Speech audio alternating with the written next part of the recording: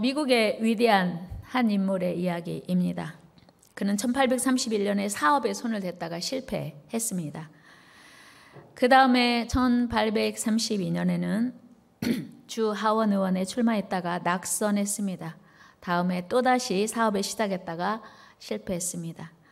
1834년 다음에 다행히도 주 하원 의원에 당선되었습니다. 그런데 그 이듬해 사랑하는 애인이 죽었습니다. 그 일로 인하여 그 이듬해 그는 신경쇠약으로 쓰러졌습니다. 1838년에는 주 하원 의원에 출마했다가 낙선되었습니다. 1840년에는 선거인단에 출마했다가 패배했습니다. 1843년에는 미 연방 상원 의원에 출마했다가 낙선했습니다. 다행스럽게도 1846년에 미 연방 하원 의원에 당선되었습니다. 1848년 연방 하원 의원에 재도전했다가 실패했습니다. 1856년에 부통령에 출마했다가 낙선되었습니다. 1858년 연방 상원 의원에 출마했다가 또다시 실패했습니다. 그러나 1860년 당당히 미국 대통령에 당선되었습니다. 여러분 잘 아시는 미국의 제16대 대통령 아브라함 링컨 이야기입니다. 오고는 많은 세대의 사람들이 그를 좋아하고 존경하고 소중하게 여깁니다. 그 이유는 그가 미국 대통령으로 노예 해방을 시켰기 때문만은 아닙니다. 그는 수없는 실패 속에서도 좌절하거나 포기하지 않고 끝까지 인내하며 마침내 승리했기 때문입니다. 여러분, 우리 인생이 늘 아름답고 화창한 봄날 같은 꽃길만 걷는 인생이면 얼마나 좋겠습니까? 그러나 때로는 비바람이 몰아치고 앞을 분간할 수 없는 눈보라가 휘몰아치는 날도 있습니다. 때로는 우리의 의지와 상관없이, 우리의 노력과 상관없이 실패하기도 하고 역경을 만나기도 합니다. 중요한 것은 그 고난의 순간에 절망하거나 포기하지 않고 하나님의 때를 기다리며 하나님의 선한 뜻을 믿고 인내하는 것입니다. 오늘 본문은 제사장 사가랴와 그의 아내 엘리사벳의 이야기입니다. 성경은 이들이 하나님 앞에 의인이요 주의 모든 계명과 규례대로 흠없이 행하였다고 기록하고 있습니다. 우리 누가복음 1장 6절 읽습니다. 이 두 사람이 하나님 앞에 의인이니 주의 모든 계명과 규례대로 흠이 없이 행하더라. 아멘. 우리가 보통 어떤 어려움을 당하면 죄가 많겠거니 문제가 있겠거니 라고 생각합니다. 그런데 오늘 사가랴와 엘리사벳은 흠이 없다, 의로웠다, 경건했다고 성경은 말씀하고 있습니다. 더군다나 경건한 사가랴 부부는 자녀를 위하여 하나님 앞에 간절히 기도했습니다. 그러나 그들의 기도는 응답되지 않았습니다. 천사의 말에서 확인할 수 있는 것은 오늘 본문 13절을 보면 분명히 그 사가랴의 기도가 하나님께 상달됐다고 말씀합니다. 우리 한번 같이 읽어요. 천사가 그에게 이르되 사가랴여 무서워하지 말라. 너의 간구함이 들린지라. 아멘. 거기까지만 봅니다. 너의 간구함이 들린지라. 그러면 사가랴의 간구함이 들렸다면 응답돼야 될 거 아닙니까? 그런데 응답되지 않았었습니다. 사가랴가 자녀를 얻기 위해서 하나님께 간절히 기도한 바를 하나님이 이미 들으셨고 알고 계셨습니다. 그럼에도 불구하고 하나님께 기도한 자녀를 늘도록 주지 않으신 겁니다. 하나님이 주지 않으셨어요. 이제는 나이가 많아서 더 이상 자녀를 가질 희망이 없었습니다. 유대인들은 특별히 자녀를 하나님의 축복으로 여깁니다. 기업으로 믿습니다. 시편 127편 3절 잘 아시지만 한번 읽어보면 보라 자식들은 여호와의 기업이요 태의 열매는 그의 상급이로다. 아멘. 그러니까 유대인들에게 우리나라도 자식을 옛날에 그 자녀가 없는 것을 참 큰 수치로 여겼고 죄로 여겼습니다. 그런데 유대인들도 자식을 하나님의 기업이요 태열매라고 기뻐했습니다. 그러므로 자식이 없는 것은 대단한 수치요 죄라고 여겼습니다. 심지어 유대인들은 당시 랍비의 조건을 이렇게 정하고 있습니다. 유대인이면서 아내가 없고 아내가 있는데 자식이 없는 자는 랍비가 될 수 없다. 그러니까 자녀가 없는 게 아주 큰 죄 그리고 흠이었습니다. 그러니 제사장인 사가랴가 얼마나 위축되고 괴로웠겠습니까? 그 고통은 말로 다 할 수 없었을 것입니다. 또 자기 대에서 가문이 끊어진다고 생각하면 얼마나 가슴이 아프고 괴로웠겠습니까? 또 사람들은 자식이 없는 제사장 사가랴 부부를 향하여 속으로 참 많은 비난을 했을 수 있습니다. 수군거릴 수 있습니다. 야, 저 집에 자식이 없는 거 보니까 뭔가 문제가 있나 봐. 뭔가 죄가 있는 거 아니야? 사실 하나님을 믿는 성도들이 고난을 당하면 고난 그 자체로도 어렵고 힘든 일입니다. 그런데 많은 사람들의 따가운 시선이 더 큰 고통입니다. 사실 욥도 보면 분명히 하나님 앞에서 의롭고 완전한 사람이었습니다. 그런데 어느 날 사탄의 공격으로 욥이 고난을 당합니다. 그런데 그 고난을 만난 욥을 아내조차 욕하고 떠나갑니다.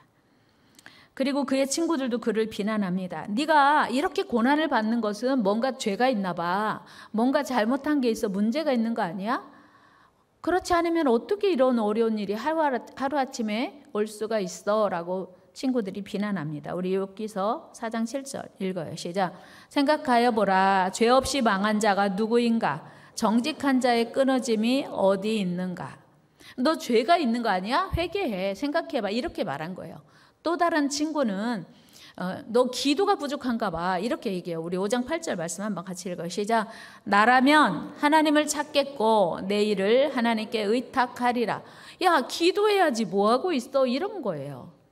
그러니까 욥이 너무 고통스러워서 하나님께 이런 기도를 드립니다. 우리 6장 같이 읽어요. 시작. 욥이 대답하여 이르되 나의 괴로움을 달아보며 나의 파멸을 저울 위에 모두 놓을 수 있다면 바다의 모래보다도 무거울 것이라. 아멘.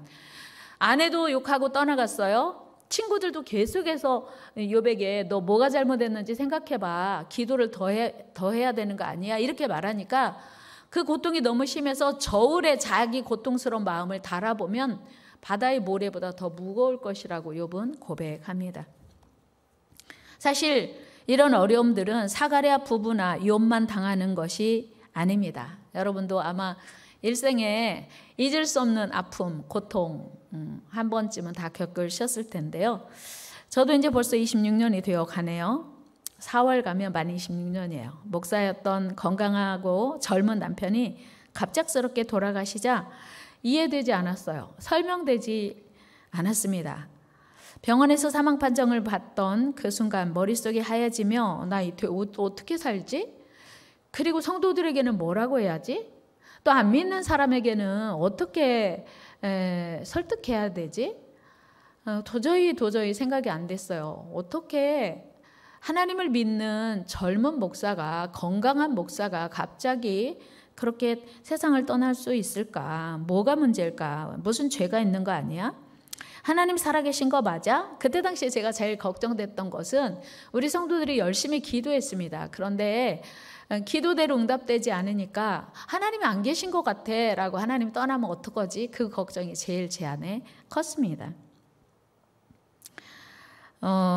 본문의 사가랴 역시 자식도 없는 제사장이 어떻게 다른 사람을 축복할 수가 있어? 다른 말로 하면 자식 없는 것은 저주받은 것. 그 당시의 정서로는 그러니까 저주받은 제사장이 다른 사람을 축복하는 일이 가능한가?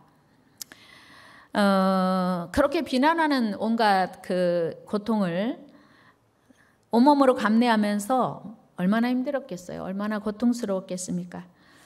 이런 고통은 이스라엘 왕 다윗도 마찬가지였습니다. 얼마나 많은 고통을 죄 없이 애매한 고통을 당했는지 모릅니다. 아무 잘못도 없이 그는 이스라엘의 원수 골리앗을 해치운 이후에 여인들의 노래 때문에 시기심이 발동한 사울에 의해서 무려 10년 이상 도망자의 신세로 숨어 살아야 했습니다. 그래서 다윗은 그 도피 시절에 이런 기도를 드리기까지 했습니다. 시편 13편 1절 시작. 여호와여 어느 때까지니까 나를 영원히 잊으시나이까 주의 얼굴을 나에게서 어느 때까지 숨기시겠나이까. 다윗이 너무 고통스럽고 힘드니까 도대체 하나님 언제, 제가 이스라엘 왕으로 기름 부음을 받았는데 하나님은 저를 이스라엘 왕으로 세우신다면서요. 그런데 왜 이렇게 고통이 오래 계속되는 것입니까? 어느 때까지, 이 고통이 언제 끝나는 것입니까? 라고 하나님께 간절히 기도했습니다. 다윗이 기도해도 하나님께 응답되지 않았을 때 드렸던 신음의 다윗의 절규를 우리는 느낄 수 있습니다. 여러분, 이런 고난은 당시에는 저주처럼 여겨지고 고통스럽지만 분명한 것은 성경이 말하고 있습니다. 성경은 고난은 모두 다 저주가 아니라 하나님의 감춰진 은혜라고. 여러분, 악인의 죄 때문에 당하는 고난은 분명히 형벌입니다. 그러나 사가랴, 욥, 다윗처럼 의인이 당하는 고난은 하나님의 위장된 축복이요 감춰진 은혜입니다. 베드로전서 2장 20절에서 확인합니다. 죄가 있어 매를 맞고 참으면 무슨 칭찬이 있으리요. 그러나 선을 행함으로 고난을 받고 참으면 이는 하나님 앞에 아름다우니라. 아멘. 죄가 있어서 매를 맞고 형벌을 당하면 당연한 거다. 그러나 애매하게 고난 당하는 것은 반드시 하나님의 은혜가 있다는 것입니다. 그렇습니다. 의인이 당하는 고난은 분명히 하나님께서 앞으로 더욱 큰 은혜를 베풀어 주신다는 증거입니다. 혹시 이 자리에 계신 여러분 중에 이유 없는 고난을 당하고 계신 분 계십니까? 자신의 힘으로는 도저히 해결할 수 없는 엄청난 고난의 터널을 지나고 있습니까? 그렇다면 여러분 놀라지 마십시오. 낙심하지도 마십시오. 하나님 안에서 만나는 그런 고난은 반드시 하나님이 베풀어 주실 기적의 전조 증상입니다. 여러분, 터널과 동굴의 차이를 아십니까? 터널과 동굴의 차이는 같은 점은 입구가 있는 거예요. 입구. 들어가는 입구 있습니다. 그러나 터널은 출구가 없습니다. 터널은 출구가 있는 반면 동굴은 출구가 없습니다. 여러분 기억하십시오. 우리 인생은 동굴이 아니고 터널입니다. 같이 한번 해볼까요? 우리 인생은 터널입니다. 터널이라는 건 뭐예요? 반드시 끝이 있고 터널이 아무리 길어도 출구가 있습니다. 그래서 이 고난의 터널을 지나고 나면 우리 주님께서 준비하신 은혜가 있음을 믿으시기 바랍니다. 오늘 본문 8절 9절에서 사가랴는 그 반열의 차례대로 하나님 앞에서 제사장 직무를 행할 때 같이 읽어볼까요? 마침 사가랴가 그 반열의 차례대로 하나님 앞에서 제사장의 직무를 행할 때 제사장의 전례를 따라 제비를 뽑아 주의 성전에 들어가 분향하고. 아멘. 여러분 이 말씀을 우리가 잘 읽어야 돼요. 이 말씀 속에 감추인 하나님의 비밀이 있습니다. 여러분 당시 제사장들은 24반열로 나누어져 있습니다. 그러니까 24무리로 나누어져 있습니다.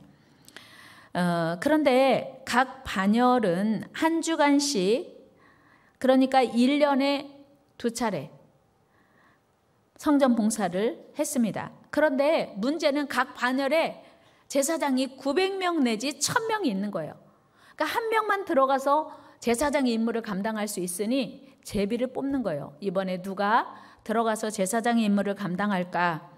이런 이유들로 인해서 제사장들이 성소에 들어가 하나님께 분향하는 일은 평생 한 번 있을까 말까 한 기회였습니다. 당연히 제사장들이 성소에 들어가 하나님께 분향하는 일은 대단히 영광스러운 일이었습니다. 그런데 그 영광이 이번에 드디어 사가랴에게 주어진 것입니다. 지금 사가랴는 좀처럼 얻을 수 없는 특권을 얻었으니 얼마나 기뻤겠습니까? 당연히 그는 가장 경건하게, 가장 엄숙하게 제사장의 임무를 감당하고 있었습니다. 그런데 바로 그때 사가랴가 서 있는 분향 장소에 하나님의 기쁜 소식을 전하는 가브리엘 천사가 나타난 것입니다. 11절 말씀 읽어요. 주의 사자가 그에게 나타나 향단 우편에 선지라. 우편은 오른편, 좋은 편, 기쁜 편이에요. 하나님 편, 우편. 그런데 사실 말라기 선지자 이후에 약 400년간이나 하나님의 계시가 끊어진 상황에서 얼마나 놀랐겠어요. 그리고 천사는 이렇게 말합니다. 13절입니다. 다 같이 읽어요. 천사가 그에게 이르되 사가랴여 무서워하지 말라. 너의 간구함이 들린지라. 내 아내 엘리사벳이 내게 아들을 낳아주리니 그 이름을 요한이라 하라. 이 말씀은 어디서 많이 들어본 말씀 같지 않습니까? 천사 가브리엘이 처녀 마리아에게 나타나서 예수님을 수태했다는 고지를 하는 장면과 비슷합니다. 즉 천사는 사가랴의 아들이 태어날 것과 그의 이름이 요한님을 말했습니다. 그리고 이 일은 사가랴의 기도에 대한 응답. 네가 기도했지? 하나님께 상달돼서 하나님도 다 알고 계셔. 그 응답으로 사가랴 그리고 엘리사벳에게 아들을 주실 거야. 여러분, 우리 기도는 내가 원하는 때에 내가 원하는 방법으로 응답되지 않아도 반드시 응답됩니다. 반드시 응답됩니다. 그러므로 우리는 기도 응답이 더딜지라도 계속 기도해야 합니다. 여러분 혹시 기도하다가 왜 내 기도가 응답이 안 되지? 라고 포기하신 분 계십니까? 다시 기도의 자리로 나아가시기 바랍니다. 우리 낙심하지 말고 기도합시다. 포기하지 말고 기도합시다. 천사 가브리엘은 사가랴에게 계속 말씀합니다. 15절 16절입니다. 이는 그가 주 앞에 큰 자가 되며 포도주나 독한 술을 마시지 아니하며 모태로부터 성령의 충만함을 받아 이스라엘 자손을 주 곧 그들의 하나님께로 많이 돌아오게 하겠습니다. 아멘. 이 말씀은 사무엘의 어머니 한나가 받았던 나실인 서약, 삼손의 아버지 마노아가 받았던 나실인 언약. 하나님의 사람을 어떻게 키울 것인가? 포도주를, 독주를 입에 대지 말라는 나실인 서약이었습니다. 얼마나 기다리고 기다렸던 소식입니까? 얼마나 기뻤을까요? 그런데 사가랴가 지금 기뻐합니까? 아니요. 기뻐할 수 없었어요. 하나님 감사해요. 그런데 너무 늦었어요. 왜요? 제가 너무 늙었거든요. 불가능해요. 18절 말씀 같이 읽어요. 시작. 사가랴가 천사에게 이르되 내가 이것을 어떻게 알리요? 내가 늙고 아내도 나이가 많으니이다. 이는 마치 아브라함에게 나타난 천사가 내년 이맘때 아들을 낳으리라는 말에 사라가 말도 안 되는 천사의 말에 속으로 웃었어요. 네가 왜 웃었어? 아니요, 저 안 웃었는데요 했던 장면과 똑같아요. 창세기 18장 12절. 사라가 속으로 웃고 이르되 내가 노쇠하였고 내 주인도 늙었으니 내게 무슨 즐거움이 있으리요? 여호와께서 아브라함에게 이르시되 사라가 왜 웃으며 이르기를 내가 늙었거늘 어떻게 아들을 낳으리요 하느냐?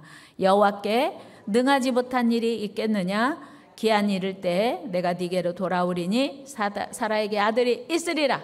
아멘. 그리고 약속대로 아브라함은 이삭을 100세에 출산했습니다. 여러분, 하나님은 능치 못하심이 없으신 창조주 하나님이십니다. 여러분 믿으십니까? 그런데 안타깝게도 사가랴는 천사의 말을 믿지 못했고 저도 늙었고 제 아내도 너무 늙었어요 라고 하는 순간 사가랴는 벙어리가 되었습니다. 여러분 하나님 말씀을 믿으십시다. 하나님 말씀 못 믿으면 안 믿으면 잘못하면 벙어리 될 수 있어요. 누가복음 1장 20절 말씀 읽습니다.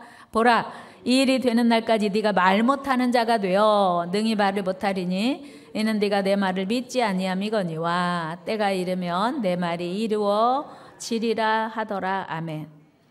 여러분 그러므로 우리는 믿지 못하는 자가 아니라 믿는 자가 되어야 돼요. 우리 합시다. 우리 믿는 자가 됩시다. 믿는 자가 됩시다. 여러분 하나님의 능력을 믿으십니까? 하나님의 사랑을 믿으십니까? 하나님의 약속을 믿으십니까? 그렇게 되기를 바랍니다. 그렇다면 우리가 생각해 봐야 돼요. 왜 하나님께서는 사가랴의 간절한 기도가 응답돼서 하나님 들으셨고 이미 알고 계신다고 하는데 왜 이렇게 늙을 때까지 하나님은 기다리시고 안 주셨을까요? 왜 하나님은 사가랴가 기도했을 때 젊고 아기를 잘 키울 수 있을 만한 시간에 빨리 주셔야지 왜 그렇게 하나님 인제 주신다고요? 너무 늦었어요? 라고 할 때까지 기다리셨을까요? 다 이유가 있습니다. 사가랴를 애타게 하시려고요? 사가랴를 부끄럽게 하시려고요? 많은 사람에게 저 집에 아기가 없는 것은 하나님의 축복이 끊어진 제사장이야 라고 하는 비난을 받게 하시려고 하셨을까요? 아니에요. 하나님께서는요, 사가랴 가정에 가장 귀한 아들을 주고 싶으셨던 거예요. 하나님의 계획은 세례 요한을 그 가정에 주고 싶으셨던 겁니다. 그리고 그때는 정확하게 예수님보다 6개월 먼저 와야 되는 것이었어요. 그러니까 사가랴와 엘리사벳이 진즉에 아기를 많이 낳아도 소용없는 거예요. 예수님보다 정확하게 6개월 먼저 와서 예수님의 사역을 앞장서서 선포하는 선구자의 삶을 세례 요한이 살아야 했기 때문에 하나님의 시간, 하나님의 타이밍은 지금인 것이었습니다. 여러분, 하나님의 시간표는 우리의 시간표와 다릅니다. 같이 합시다. 하나님의 시간표는 우리의 시간표와 다르다. 하나님 지금 필요해요. 지금 빨리 주세요. 빨리 이루어 주세요. 라고 애가 타도 하나님 다 들으시고 알고 계신데 아직은 아니야 라고 하는 일들이 있습니다. 여러분, 흘러가는 시간, 평범한 시간은 크로노스라고 해요. 그런데 하나님이 역사하시는 그때, 하나님이 준비하시는 그때 카이로스예요. 하나님의 계획 속에 준비된 때, 우리 하나님께서는 가장 필요하고 중요한 때를 알고 계십니다. 오늘 본문 20절에서 이렇게 말씀하고 있죠. 하나님의 때에 대한 말씀이에요. 같이 읽어요. 보라, 이 일이 되는 날까지 네가 말 못하는 자가 되어 능히 말을 못하리니 이는 내가 내 말을 믿지 아니하며거니와 때가 이르면 내 말이 이루어지리라 하더라. 때. 우리가 이 지금 여기서 말하는 때는 야, 때 됐다 밥 먹자 이 때가 아니에요. 하나님의 놀라운 역사, 위대한 역사를 이루게 되는 때입니다. 아주 필요하고 중요한 때, 하나님이 준비하신 때. 여러분, 이 세상에서 자녀를 낳아본 여인 중에서, 자녀를 낳아본 부모 중에서 가장 복된 부모가 누가 있을까요? 두말할 필요 없이 예수님의 육신을 낳아주신 마리아와 요셉이 이 세상에서 자녀를 출산한 부모 중에 가장 복된 부모예요. 그렇다면 두 번째로 축복받은 부모가 누구일까요? 바로 오늘 본문의 사가랴와 엘리사벳이에요. 여러분, 온 인류의 구세주 예수 그리스도의 오실 길을 준비한 세례 요한을 출산한 부모, 얼마나 자랑스럽고 영광스럽습니까? 세례 요한은 더구나 예수님의 공생의 사역을 시작하기 전에 세례를 베푸는 영광을 얻은 자, 그뿐입니까? 우리 예수님은 분명히 말씀하셨어요. 마태복음 11장 11절에서 같이 읽습니다. 내가 진실로 너에게 말하노니 여자가 낳은 자 중에 세례 요한보다 큰 이가 일어남이 없도다. 그러나 천국에서는 극히 작은 자라도 그보다 크니라. 아멘. 그러니까 여자가 낳은 자 중에 세례 요한보다 더 큰 이가 없대요. 그러니까 자녀를 출산한 부모 중에 가장 영광스러운 부모는 세례 요한의 어머니 사가랴와 엘리사벳이었다는 거죠. 여러분 이보다 더 큰 축복이 또 어디 있겠습니까? 그렇게 간절히 기도해도 응답이 없는 기도 제목, 여러분 혹시 가지고 계십니까? 아직도 그 기도가 응답되지 않는 이유는 아직 하나님의 때가 안 되었기 때문입니다. 여러분, 우리가 하나님 안에 살아도 고난이 있을 수 있습니다. 사람들에게 비난을 받을 수도 있습니다. 그러나 여러분 두려워하지 마십시오. 우리 하나님께서는 반드시 정한 때가 되면, 하나님의 때가 되면 응답하시고 반드시 더 좋은 길로 인도하실 줄로 믿습니다. 그래서 고난은 감추어진 하나님의 은혜입니다. 물론 고난은 당시에는 너무 힘들고 어렵습니다. 결코 유쾌하지 않습니다. 그러나 우리는 하나님의 사랑을 믿고 하나님의 능력을 믿고 끝까지 인내해야 합니다. 여러분, 고난은 저주가 아니라 변장된 축복입니다. 고난은 감춰진 하나님의 은혜입니다. 히브리서 기자는 이렇게 말합니다. 같이 읽어요. 무릇 징계가 당시에는 즐거워 보이지 않고 슬퍼 보이나 후에 그로 말미암아 연단받은 자들은 의와 평강의 열매를 맺느니라. 아멘. 징계는요, 당시에 즐거운 사람 없어요. 유쾌한 사람 없습니다. 그러나 반드시 의의 열매를 맺는다는 것입니다. 사도 바울도 이렇게 위로합니다. 우리 갈라디아 6장 9절 말씀 읽습니다. 우리가 선을 행하되 낙심하지 말지니 포기하지 아니하면 때가 이름에 거두리라. 아멘. 여러분, 포기 언제 쓰는 거래요? 배추 셀 때 쓰는 거래잖아요. 포기는 배추 셀 때만 쓰는 거래요. 여러분, 포기하지 맙시다. 아무리 기도에 응답되지 않는다고 해서 기도를 포기하는 것이 아니라 끝까지 인내하는 저와 여러분 되기를 바랍니다. 인내하기 위해서는 하나님을 신뢰해야 돼요. 날 사랑하신 하나님을 끝까지 의심하지 말고 신뢰할 때 인내할 수 있습니다. 말씀을 마무리하면서 재밌는 이야기를 하나 해드리겠습니다. 어느 날 달팽이가 사과나무 밑에서 저 꼭대기를 향해 기어 올라갑니다. 더듬이를 세우고 느린 속도로 조금씩 올라가고 있었습니다. 바로 그때 나무 틈새에서 벌레 한 마리가 나와서 빈정거렸습니다. 야, 이 느림뽀야, 너 쓸데없는 힘을 낭비하는 거야. 저 위에 봐봐, 사과가 하나도 없어. 왜 올라가니? 그때 이 달팽이가 말했습니다. 걱정하지 마. 내가 저 꼭대기에 다다를 때쯤 되면 사과가 열릴 거야. 그렇습니다, 여러분. 최후 숙련은 출발점의 비약이 아니라 결승점에 이르기까지 끈기와 노력입니다. 여러분, 우리 하나님을 믿는 신앙생활과 우리 한국의 정서가 참 닮은 점이 많아요. 여러분, 우리 한국은요, 밥을 할 때 뜸을 들이지 않으면 절대로 밥을 먹을 수 없어요. 동남아시아 가보면요, 밥도 아닌 것 같은 밥을 아주 맛있게 열심히 먹거든요.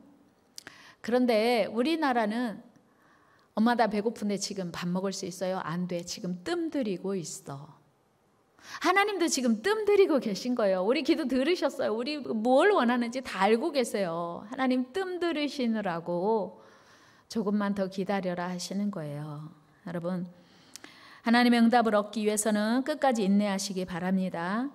히랍의 에픽테토스라고 하는 철학자가 이런 글을 남겼습니다. 만약 당신이 무화과를 먹고자 한다면 열매가 익을 때까지 기다리는 인내가 있어야 한다.